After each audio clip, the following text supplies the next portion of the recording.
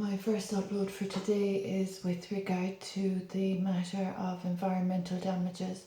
and damages to my anatomy that I've experienced while in my current abode since 2019. As I've mentioned in my previous uploads, there's also been the attainment of information by unethical and unlawful means. There have been practices and processes of unlawful querying, amongst the other more serious violations of proximity, privacy, protocol, etc., that I'm fully entitled to. There has also been the issue of GDPR offences in this current residence that I have still to await the acknowledgement from the relevant bodies to resolve. But the pertinent matter this morning after a sleepless night is the issue of bodily integrity damages and developments that are very new, that are very recent, and that, as I mentioned in previous uploads, in 2016 commenced very unlawfully and unethically and without any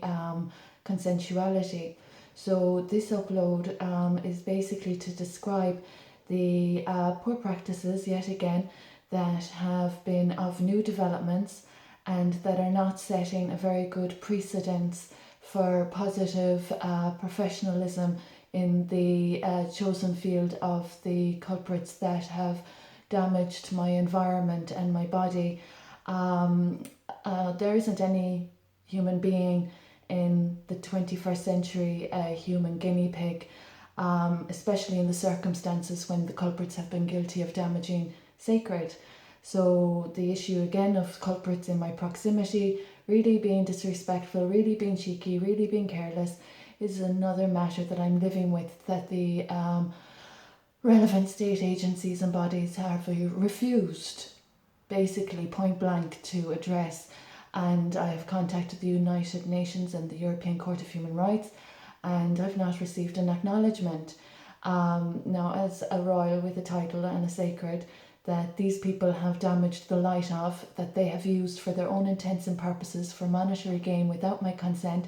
The issue of being a human guinea pig as a sacred royal in Tralee County, Kerry, due to these unprofessional standards that are at play, are really a red light for the prospective customers or clients of such culprits that have been so careless in their practices and endeavours, without good procedure, without contractualities, and without respect for human beings, human anatomy. So as I mentioned, their practices commenced very carelessly, very basically in 2016, and as the time has gone on, they have developed and they have legalised, and the courtesy and the common sense and the contractuality that is obligated in these circumstances has not been acknowledged, respected or adhered to. So this is more of what I'm experiencing. The relevant bodies are fully aware that the light from my body was, as of 2016, used for these people's illegal practices that they have